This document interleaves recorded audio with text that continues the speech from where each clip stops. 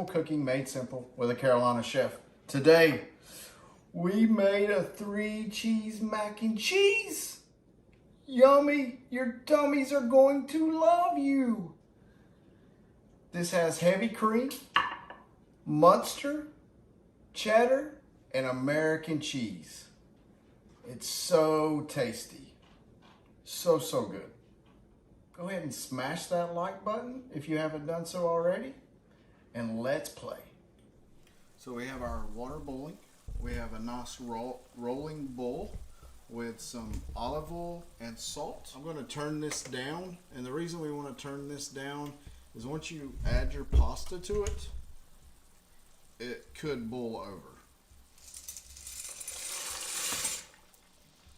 And then you're going to want to make sure, as I drop the spoon, to keep this stirred, because it'll start sticking and it can scorch on the bottom. So you want to stir this occasionally and you want to watch it, because once it comes back up to a boil, it'll start bubbling and it can boil over. So you just want to watch for that.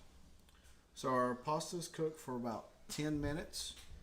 Sometimes depending on how big and thick your pasta is, you may have to cook it a little more or cook it a little less depending on the thickness. So our pasta's tender. We're going to drain our water off, and then we're going to add our butter, heavy cream, and cheese and get that melted. So now when you're doing this, you don't need to make like a cheese sauce and a roux. This is going to make a wonderful cheese sauce that's going to be super tasty, and your tummies will love you. So I'm going to add about this much pepper. I like pepper in mine. Then we're going to add our butter. This down so it starts melting. And you can cut it up in little pieces if you want to. And then we're going to add our heavy cream. And then I'm just going to add some cheese on top. This is sliced Munster. I think it's one of the better cheeses to actually make mac and cheese with. So we will let that start melting. So our Munster is pretty much melted. Our heavy cream is getting hot. Our butter's melted. So now we're going to add our American cheese. And then once we add our American cheese, we're going to add this to the last dish and add some cheese on top. And we're going to cook it at 375 until that cheese is golden brown on top. So we got our 9x13 pan. We sprayed it with some olive oil. We're going to add our mac and cheese.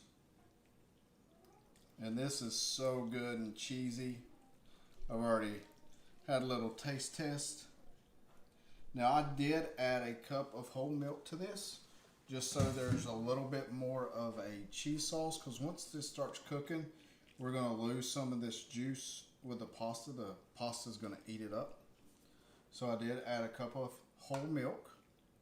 And now we're going to top this with some freshly grated cheddar cheese.